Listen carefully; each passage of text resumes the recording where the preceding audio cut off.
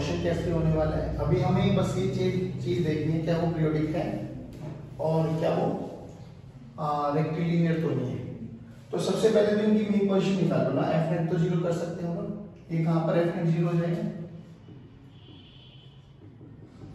देखो 0 रखोगे तो ये खत्म, तो x minus 2x equals to 2 है ना। x की वैल्यू 2 रखो तो फोर्स 0 हो जाएगा, तो मेन पोजीशन तो आ गई। अभी सुनो, जो अभी हमने इक्वेशन पढ़ी थी f equals to minus kx, इसमें और इसमें क्या फर्क है। यहाँ पर main position x equals to 0 पे है, ध्यान रखना बाबा, f नेट 0 है। ये पार्टिकल ऐसे चेंज करेगा इस मेन पोजीशन के अबाउट, ये वाला पार्टिकल पोजीशन करेगा 2 के अबाउट। तो इस केस में ओरिजिन और मीन पोजीशन दोनों सेम थी, इसमें ओरिजिन और मीन पोजीशन दोनों सेम नहीं। तो ओरिजिन तो मान लो 0,0 पे मान के चल रहे हो अगर आप, तो ये x इक्वल्स टू 2 पर आपकी मीन पोजीशन होगी। अब हमें ये चेक करना है कि पार्टिकल ऐसे चेंज करेगा नहीं करेगा।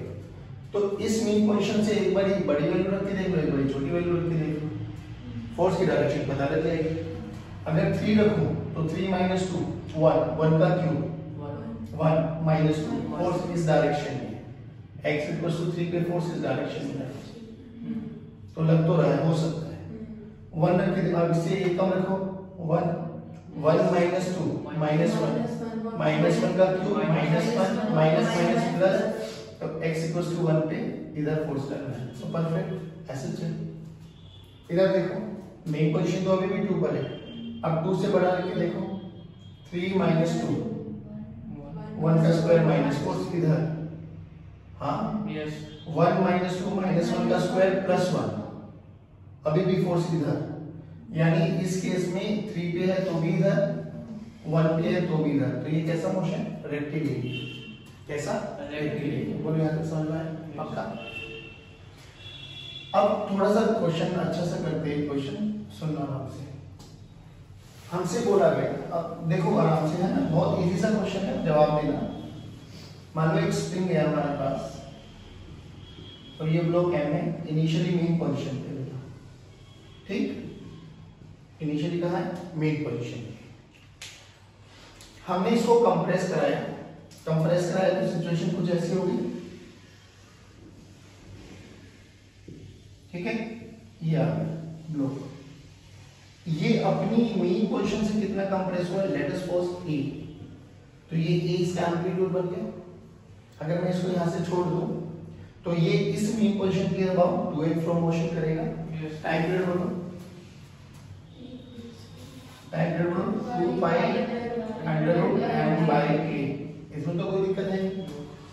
अब हुआ क्या कि जब ये ऑसिलेशन कर रहा था ना बच्चों a से a के बीच में, ठीक है, हमने क्या किया, यहां पर a/2 पर एक दीवार खड़ी कर दी, तो हुआ क्या, यहां से तो a एम्पलीट्यूड गया, पार्टिकल गया दीवार के साथ स्ट्राइक कर दिया। अगर इलास्टिक कोलिजन नहीं है तो एनर्जी का लॉस हुआ होगा, और इलास्टिक कोलिजन है तो एनर्जी का लॉस, मान लो कि there is no loss of energy. सुनना आराम से, जब दीवार नहीं थी तो ये इस मेन पोजीशन के अबाउट कोई फ्लो मोशन कर रहा था, टाइम पीरियड ये था। अब दीवार रख दी, क्या अभी ऐसे चेक करेगा या पीरियोडिक मोशन होगा। पहले ये बताओ इक्वल टू 1 का मतलब क्या है, एनर्जी का लॉस हुआ या नहीं हुआ, नहीं हुआ, इलास्टिक कोलिजन है। Now my second question is, क्या अभी ऐसे चेक करेगा क्या, नहीं, ऐसे चल के लिए तो एक्सट्रीम पोजीशन तक जाना था, बट अब नहीं जा पा रहा। तो अब ये कंटीन्यूअसली यहां से यहां जाएगा तो जरूर, तो ये पीरियोडिक मोशन तो हुआ बट नॉट एन ऐसे चेंज। पूछा गया find out the time period of periodic motion, find the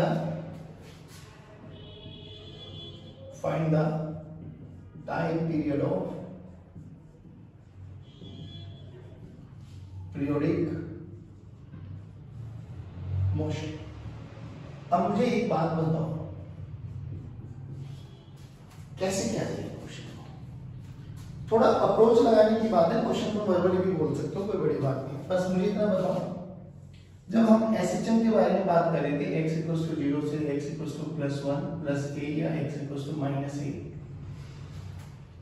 अभी पार्टिकल a/2 पर है ना, यहाँ से a/2 दूरी पर हमने एक दीवार खड़ी कर दी है। मुझे एक बात बताओ बेटा, a/2, अभी मुझे एक बात बताओ, कैपिटल T का मतलब क्या होता है? क्या time period of one oscillation, मतलब क्या है कि मान लो मेरा पार्टिकल यहाँ से स्टार्ट हुआ t इक्वल्स टू 0 और यहाँ से यहाँ गया, फिर वापसी, फिर यहाँ, फिर बैक टू दिस पोजीशन, तो वो कैपिटल T हुआ। अच्छा एक बात और बताओ, जो कि हमें पता है कि कोई एनर्जी का लॉस नहीं है, तो जिस पोजीशन पर जाते हुए जो वेलोसिटी रही होगी या स्पीड रही होगी, उस पोजीशन पर आते हुए भी क्या वही स्पीड होगी? यहाँ पे स्पीड मैक्सिमम है, जाते हुए भी और आते हुए भी। यहाँ पे स्पीड 0 है, यहाँ पे स्पीड 0 है, a/2 पर जो स्पीड जाते हुए होगी क्या वही स्पीड आते हुए होगी?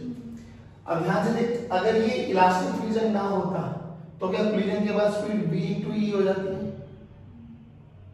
v * e होती है कोलिजन के बाद, e * v कोलिजन नहीं कराता, e * v टाइम्स e की वैल्यू 1 है, तो जाते हुए की स्पीड v, आते हुए की स्पीड v, यानी there is no loss of energy. Now what I need to see, particle यहां से चला,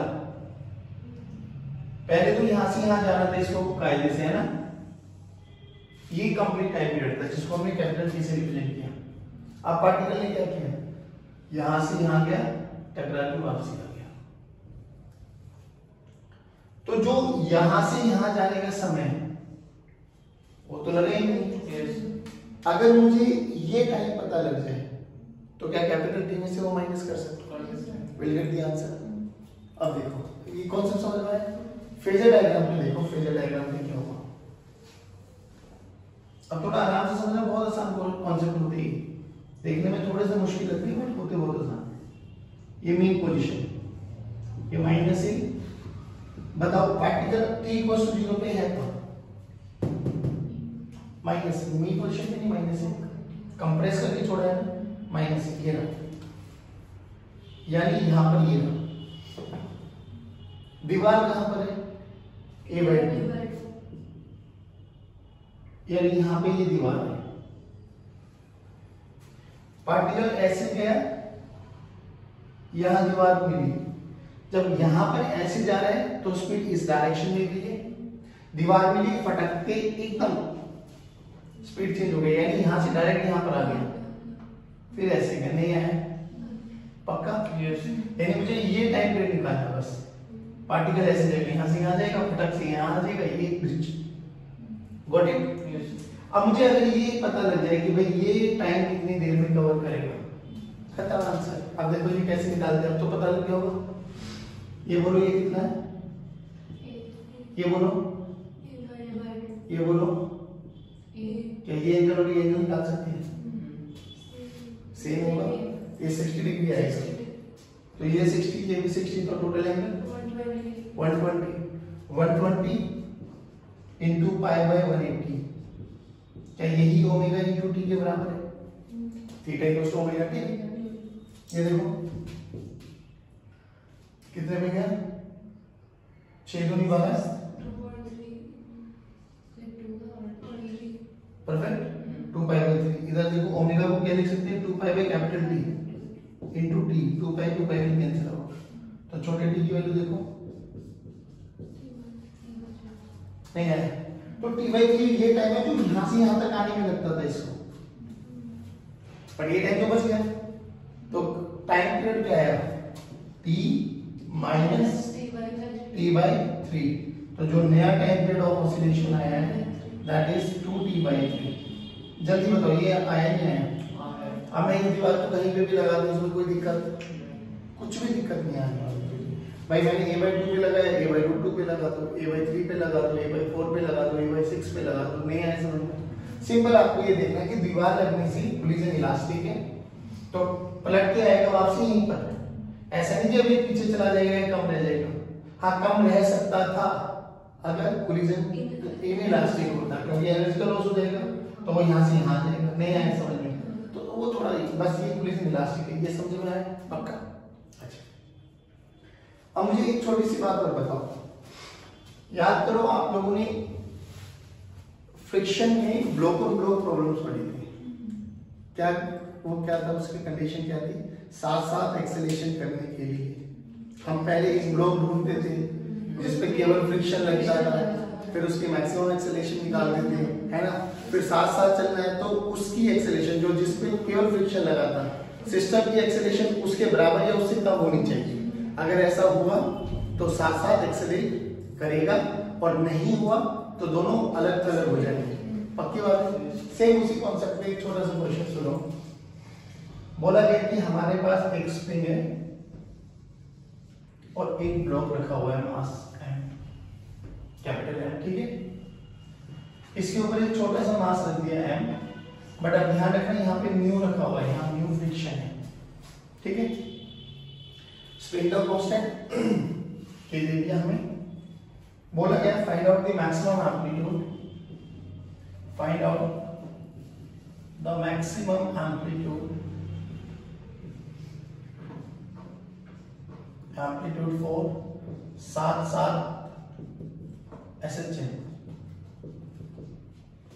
कि ये साथ साथ SHM करे वो मैक्सिमम एम्पलीट्यूड कितना हो सकता है। कॉन्सेप्ट अभी भी वही है। देख ध्यान से, अगर साथ साथ एक्सेलेरेशन करना है तो वो ब्लॉक ढूंढो जिसपे केवल और केवल फ्रिक्शन लगा हुआ है। भाई स्प्रिंग पे तो कितना भी दे दो आप, नीचे वाला ब्लॉक तो हमेशा जुड़ा रहेगा, हाँ, अनलेस आप ज्यादा उस पे दबंगई ना दिखाओ, थोड़ी ना दो तो इसमें तो कितना भी रहो, विद इन इलास्टिक लिमिट करते रहो, ये SHM करेगा, नो डाउट। बट ऊपर वाला साथ छोड़ सकता है। अब ऊपर वाले को फ्रिक्शन को एक्सेलरेशन देगा कौन? फ्रिक्शन, केवल फ्रिक्शन। और फ्रिक्शन का कांस्टेंट है कि वो एक लिमिट तक ये एक्सेलरेशन दे सकता है। कितनी देगा कैलकुलेट कर सकते हैं? बोलो फ्रिक्शन का फॉर्मूला बोलो, mu into N. Mu into N, इस केस में किसके बराबर है? mg। हाँ भाई, तो m को m इनटू a लिख सकते हैं, तो mu into m into g, तो a की वैल्यू आ गई म्यू इनटू g। कि भाई जो छोटे वाला ब्लॉक है उसकी मैक्सिमम एक्सेलरेशन म्यू g हो सकती है, इससे ज्यादा नहीं। तो अगर इस सिस्टम को SHM करना है तो इनकी एक्सेलरेशन इसके बराबर या इससे कम होना चाहिए। हमसे बोला गया मैक्सिमम एम्पलीट्यूड, तो मैक्सिमम एम्पलीट्यूड के लिए मैं बोल सकता हूं कि एक्सेलरेशन ऑफ द सिस्टम इसके बराबर होना चाहिए। नहीं है? श्योर है? अब मुझे एक बात बताओ, छोटी सी बात पूछो, ये इस सिस्टम का टाइम निकाल सकता हूं मैं? हाँ, इसका निकाल नहीं था अभी, तुमने तो बोला था बस m प्लस m हो जाएगा। ओमेगा बोलो, 2 pi by t। Very good. तो ओमेगा स्क्वायर की वैल्यू क्या हो जाएगी? k by capital M plus m। नहीं है बाबा? अच्छा मुझे एक बात बताओ, ये पार्टिकल अभी मेन पोजीशन में है बेटा, ठीक है। मुझे एक बात बताओ, मैक्सिमम जैसे मैक्सिमम वेलोसिटी कितनी होती थी? a ओमेगा मेन पोजीशन में। मैक्सिमम एक्सेलरेशन कितनी हो सकती है? a omega square. a omega square. तो इस सिस्टम की मैक्सिमम एक्सेलरेशन कितनी हो सकती है? a omega square. ओमेगा ये रहा, है ना? a ऑफ सिस्टम कितना हो सकता है? a omega square. क्या ये एक्सेलरेशन इसके बराबर हो सकती है? होनी चाहिए अगर साथ साथ कर रहा है तो इक्वेट कर दो ना, a into omega square must be equal to mu into g। तो यहाँ से निकल जाएगा, वही हमसे क्वेश्चन पूछा है।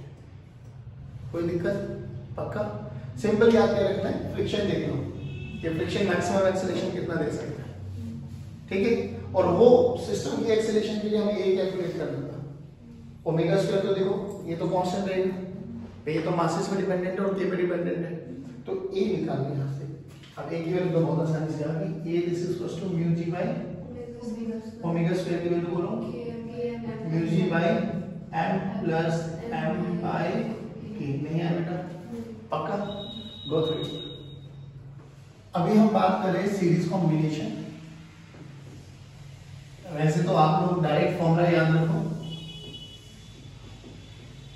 रेजिस्टेंस का सीरीज कॉम्बिनेशन क्या होता था?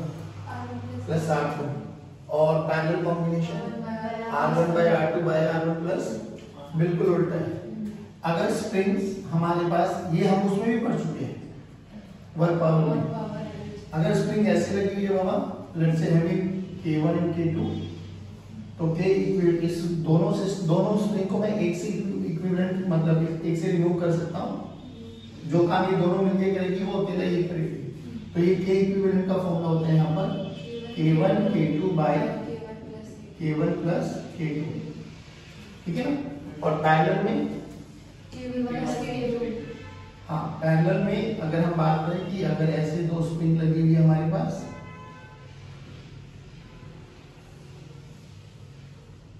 K1 K2, तो ये दोनों के इक्विवेलेंट एक से रिप्लेस कर सकते हैं हम K1 प्लस K2। छोटा सा प्रूफ है, देख लो एक बार कि लेट सपोज हमारे पास दो स्प्रिंग्स लगी हुई है इन सीरीज कॉम्बिनेशन, ठीक है बच्चों। ये रहा मास वही है, ये K2 मान लेते हैं, दिस इज योर K1 मान लेते हैं। अभी नेचुरल पोजीशन पे है, मीन पोजीशन पे, कोई दिक्कत नहीं है ना।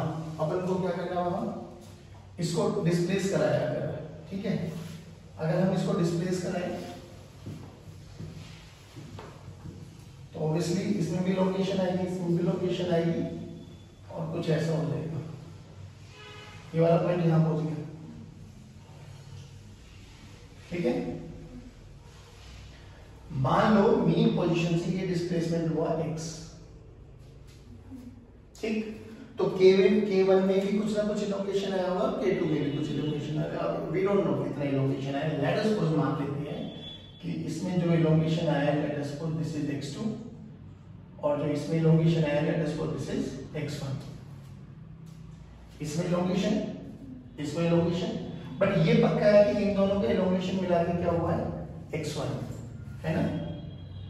इन दोनों के लोकेशन मिला के क्या हुआ है x1, मतलब x1 प्लस x2 किसके बराबर है x। ये दो स्प्रिंग लगी हुई है ना, एक को नीचे से खींचो तो नीचे वाली भी खींचेगी, ऊपर वाले भी खींचेगी। ऐसा हो सकता है नीचे वाली ज्यादा खींचे, ऊपर वाली कम खींचे, पर जितना भी लोकेशन है पूरे सिस्टम का वो x1 नीचे वाली का, x2 ऊपर वाली का, इसी को तो मिला के हुआ है।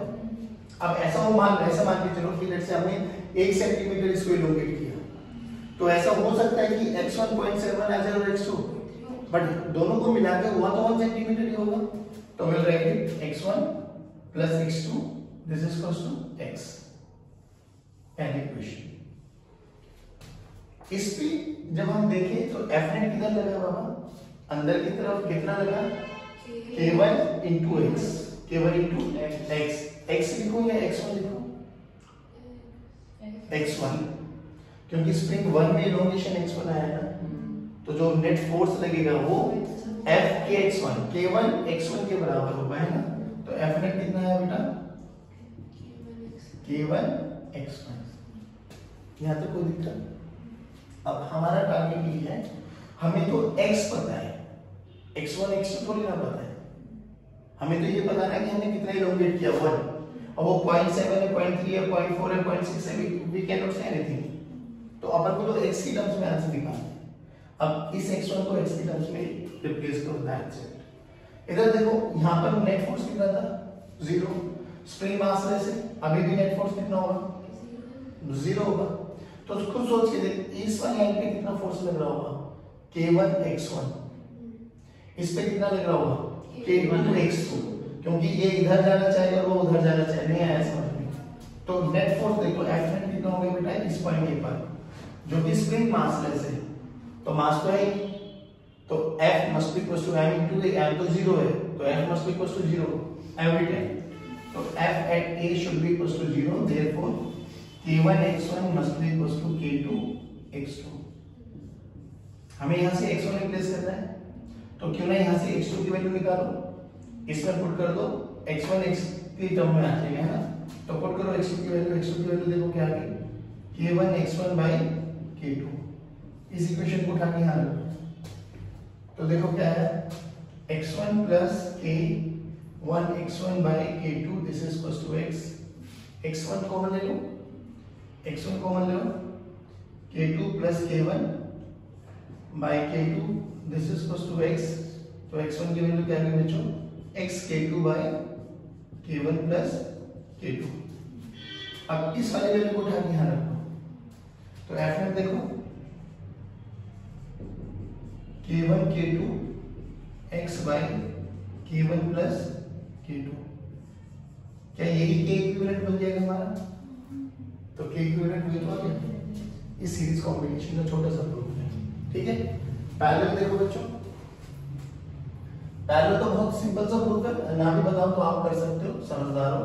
इधर देखो, मान लो ये K1 है और ये K2 है और यहाँ पे ये ब्लॉक लगाया जिसका मास है, ठीक। मेन पोजीशन है, डिस्प्लेस कराओ मेन पोजीशन से। तो जैसे इसको मैं स्लाइटली डिस्प्लेस कराऊंगा तो x डिस्प्लेस कराया है, लेट्स सी, हाँ, तो ये x। तो बताओ इसमें कितना इलोकेशन है? x। K2 में भी कितना है? x। तो इधर एलिमेंट कितना लगेगा? अच्छा, इसको और ब्रीफली चाहो तो इसको माइनस समझ में आ गया क्या? क्योंकि मैंने इलोकेशन इधर कराया था, एफ नेट इधर लग रहा है, तो वो तो कॉमन सेंस की बात है, वैसे भी आ जाएगा। इसमें भी इलोकेशन मैंने एक्सटेंशन इधर कराया है, एफ नेट इधर लग रहा है, तो K1x और इधर इसमें भी लग रहा है K2x। तो एफ नेट कितना लग रहा है बेटा? Minus K1x minus K2x। Minus common ले लो बच्चों, K1 plus K2 into x। क्या यही एफ नेट आ गया? तो क्या इसी को K इक्विवेलेंट बोल सकता हूँ? तो minus K equivalent into x। तो K इक्विवेलेंट बोल बेटा, K1 प्लस K2। नहीं आया समझ में?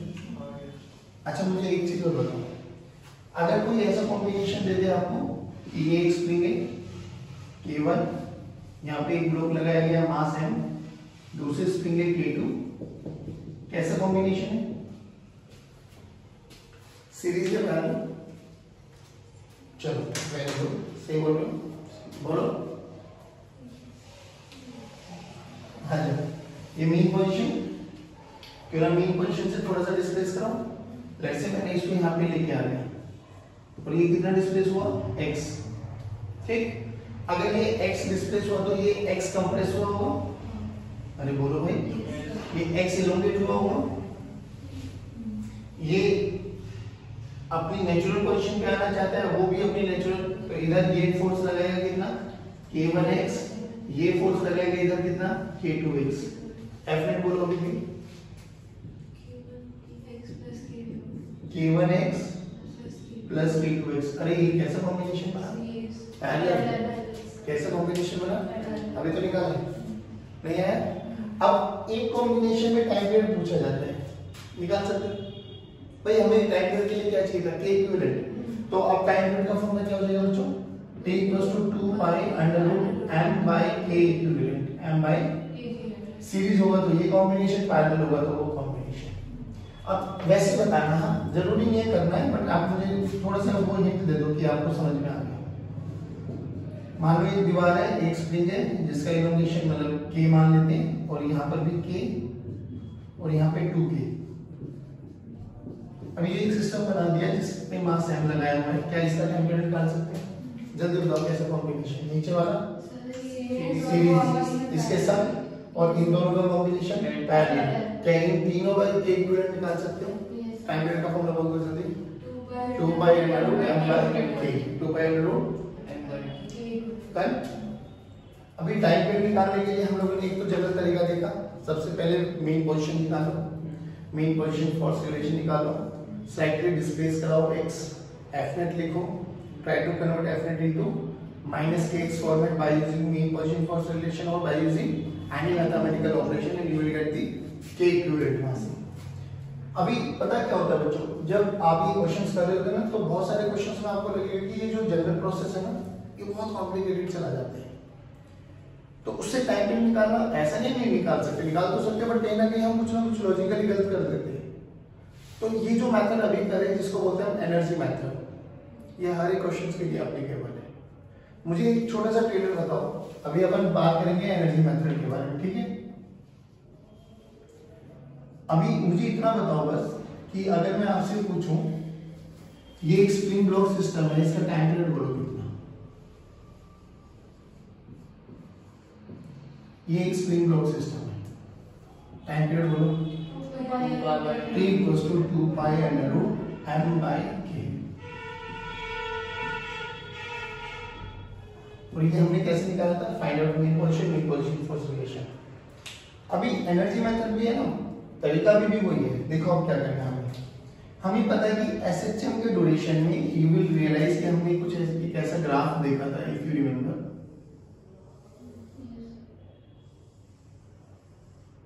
बताओ नीचे वाला किसका ग्राफ था, ये वाला, ये वाला, ये वाला। तो ध्यान से देख, total energy will always remain constant. समय के साथ साथ काइनेटिक पोटेंशियल चेंज हो सकता है, बट टोटल में कोई चेंज नहीं। तो मुझे टोटल एनर्जी लिखनी आनी चाहिए बस, और मुझे ये भी पता है कि समय के साथ साथ total energy always remain constant, तो उसको डिफरेंशिएट करना है। क्यों? क्योंकि कांस्टेंट का डिफरेंशिएशन जीरो। तो मुझे वहां से ये रिलेशन आता हुआ दिखाई देगा। सोच, अगर मुझे ये रिलेशन पता लग गया तो टाइम पीरियड निकालना मेरे लिए कोई मुश्किल? अरे ओमेगा तो √k/m होता है भाई, बस रखेंगे, मिल गई आंसर। अब सबसे पहला स्टेप अभी भी वही है बच्चों, फाइंड। पहला स्टेप में कोई कन्वर्ट वो दिक्कत नहीं, find mean position and write down mean position force relation. चलिए, अब दूसरा मेथड वहां पे क्या करते थे, स्लाइटली डिस्प्लेस कराते थे। यहाँ पे डिस्प्लेस नहीं कराना है, यहाँ पे मान लेना है कि जो भी पार्टिकल एसएचएम कर रहा है ना, उसका एम्पलीट्यूड ये है। मान लो कि पार्टिकल का एम्पलीट्यूड ए है, यानी वो समझ के चल लेना कि अगर ये पार्टिकल एसएचएम कर रहा है तो इसका मैक्सिमम एम्पलीट्यूड ए है, ठीक है। किसी भी x दूरी पर, मीन पोजीशन से किसी भी x दूरी पर, कुछ सोच के देख, क्या इसके पास वेलोसिटी होगी? किसी मैं क्या कह रहा हूं, दोबारा सुनो। मीन भाई ये यहां से, this is mean position, this is a, तो जब वो यहां से यहां आ रहा है, इस डायरेक्शन में आ रहा है, किसी भी x दूरी पर, यहां से यहां, क्या इसके पास वेलोसिटी होगी? यस। क्या मीन पोजीशन से x दूरी पर है? हाँ। वेलोसिटी है तो क्या काइनेटिक एनर्जी है? यस। मीन पोजीशन से x दूरी पर है तो क्या पोटेंशियल एनर्जी भी है? यस। That's it. लिख दो। तो किसी भी x दूरी पर उसकी टोटल एनर्जी लिख दो। किसी भी x दूरी पर, x कहां से?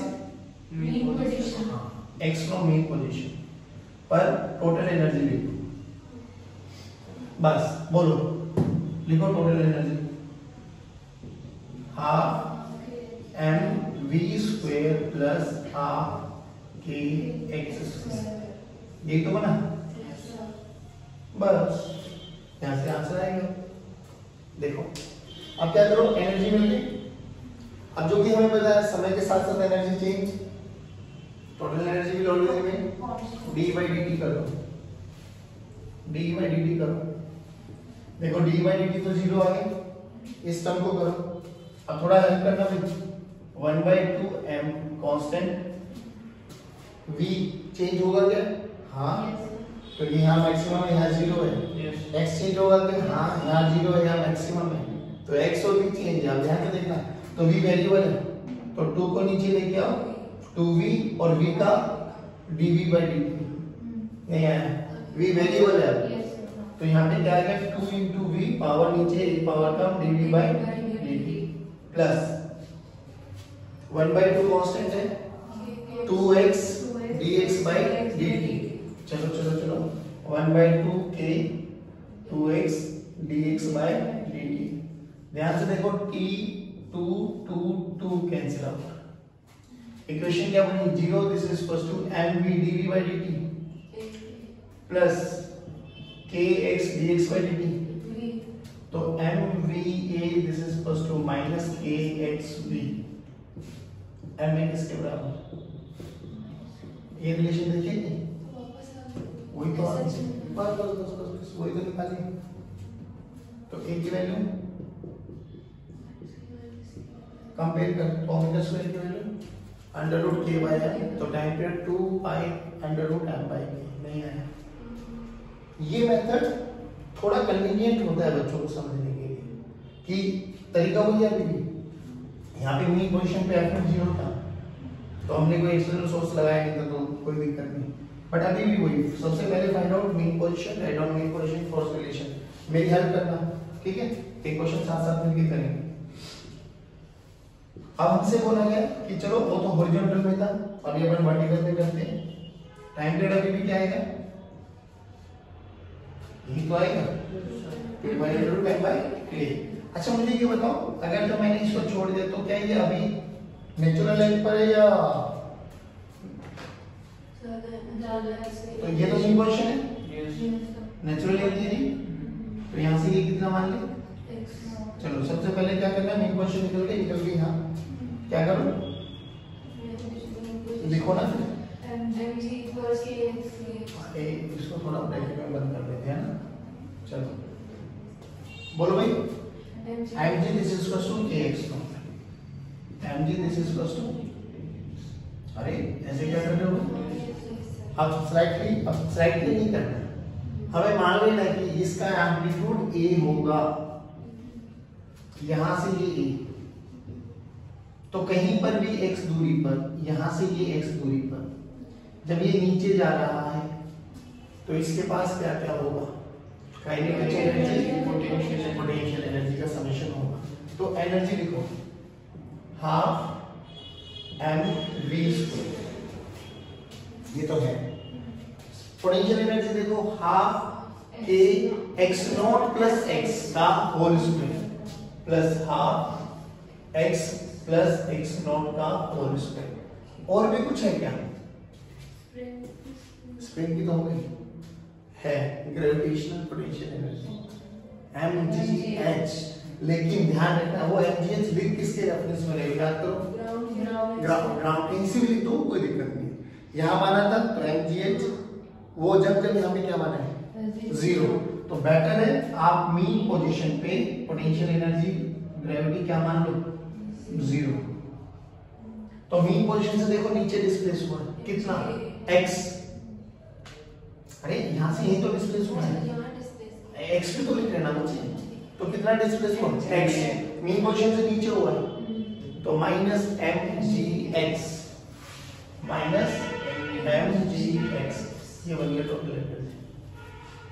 फिर क्या करो डिफरेंशिएट, आ जाओ d/dt, चलो जल्दी जल्दी बोलो 1/2 m into 2v into v, लिख सकते हो ना डायरेक्ट, प्लस हाफ इनटू देखो 2, ये k भी आएगा बेटे हमें k into 2x plus x not.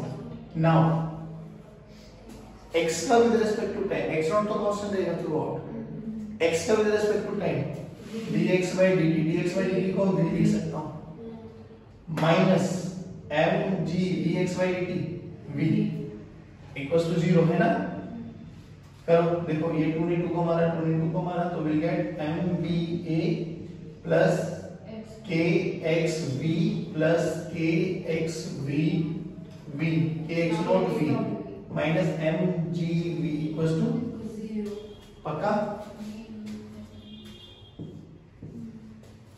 कैसे, हाँ बट यहाँ ध्यान है भाई m नहीं, मैंने गलत कर दिया, देख mg this is equals to kx naught, तो यहाँ पे अगर मैं kx नॉट को mg रख दूं तो mgv माइनस mgv खत्म नहीं आया। आप देखो बचा क्या, mva माइनस kxv, देखो ma this is equals to नहीं है पक्का। बस तुम्हें क्या करना है बेटे, देखो यहाँ पर mg का फैक्टर क्यों नहीं आया था, क्योंकि हॉरिजॉन्टली मूव करा रहे थे, जैसे वर्टिकली लटका है तो mgh आएगा 0। कहाँ पर आप उसको 0 मान रहे हो, किसके रेस्पेक्ट में लिख रहे हो, अच्छा जरूरी नहीं यहाँ के रेस्पेक्ट में लिखो, तो यहाँ के रेस्पेक्ट में लिख रहे, बट ध्यान से यहाँ से यहाँ वाला फैक्टर तो हमेशा h ही रहेगा, वो तो थ्रू आउट कांस्टेंट रहेगा। तो जैसे यहाँ पे x नॉट का डिफरेंशिएशन 0 हुआ, वहां क्या हो जाएगा mgx प्लस h, तो mgx का तो डिफरेंशिएशन हुआ बट mgx तो हमेशा क्या रहेगा कांस्टेंट, तो वो 0 हो जाएगा। नहीं आया समझ में, पक्का डन।